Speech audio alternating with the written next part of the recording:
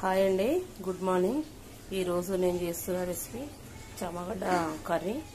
దానికి చామగడ్డ, ఆనియన్స్, కొత్తిమీర, కరివేపాకు, టమాటాలు. నేను చేసే ప్రాసెస్ మీకు చూపిస్తాను, చూడండి. ఇలా చేసుకుంటే బాగుంటుంది కర్రీ.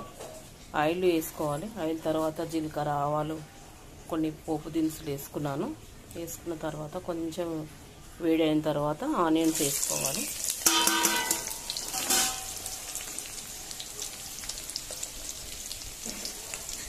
ఆనియన్స్ వేడి అయిన తర్వాత మంచిగా గోల్డెన్ కలర్ రావాలి ఆనియన్స్. అప్పుడు అల్లం వెల్లిపాయ పేస్ట్ వేసుకోవాలి. ఇలా ఆనియన్స్ ఫ్రై అయిన తర్వాత గోల్డెన్ కలర్ రావాలి. అప్పుడు సాల్ట్ వేసుకోవాలి.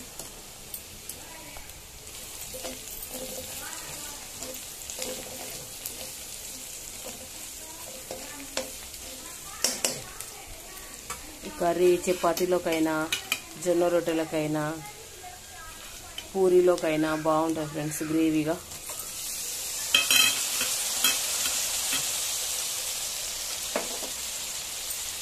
కొత్తిమీర, కరివేపాకు నేను లాస్ట్లో వేసుకోను, వండేటప్పుడే వేసుకుంటా. ఎందుకంటే ఆ ఫ్లేవర్ కర్రీలో కలిసి మంచి టేస్ట్ వస్తుంది. ఈ ఆనియన్స్ ఫ్రై అయిన తర్వాత అల్లం వెల్లిపాయ పేస్ట్ మంచిగా గోల్డెన్ కలర్ అయినాక కొత్తిమీర, కరివేపాకు అది వేసిన తర్వాత టమాటాలు వేసుకోవాలి.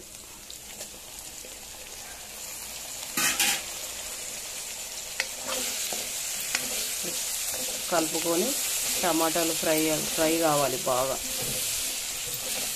ఫ్రై అయిన తర్వాత అప్పుడు చామగడ్డ వేసుకోవాలి. బాగుంటుంది ఈ కర్రీ.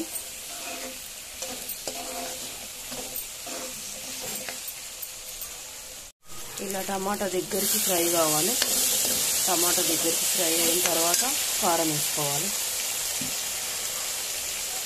ఒక స్పూన్ కారం సరిపోతుంది. నేను కొట్టించిన కారం కాబట్టి ఇది కారం ఎక్కువనే ఉంటుంది.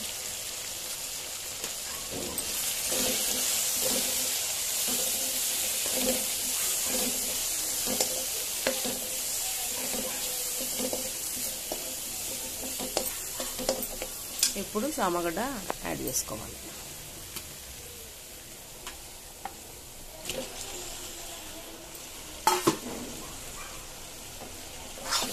వేసి కలుపుకొని కొంచెం వాటర్ యాడ్ చేసుకొని కలుపుకోవాలి.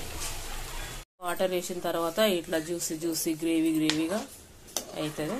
ఇది పూరీలోకైనా బాగుంటుంది, చపాతీలోకైనా బాగుంటుంది, జొన్న రొట్టెలకైనా బాగుంటుంది, అన్నిట్లోకి తినొచ్చు ఫ్రెండ్స్. ఇది గ్రేవీగా చామగడ్డ కూర ఒక 5 మినిట్స్ తర్వాత రెడీ అయిపోతుంది. దీంట్లో అన్నీ వేసేసినాను. లాస్ట్కు కొంచెం వాటర్ యాడ్ చేసుకొని కలుపుకొని తింటే జ్యూసీగా బాగుంటుంది. ఇది సూపర్ ఉంటుంది. వేడిగా జ్యూసీగా చామగడ్డ కూర రెడీ. చూడండి ఫ్రెండ్స్ ఎలా అయిందో. చాలా సూపర్ ఉంటుంది పూరీలోకి. ఈరోజు నేను పూరీ చేస్తున్నా. చూడండి ఎలా అయిందో చామగడ్డ కూర.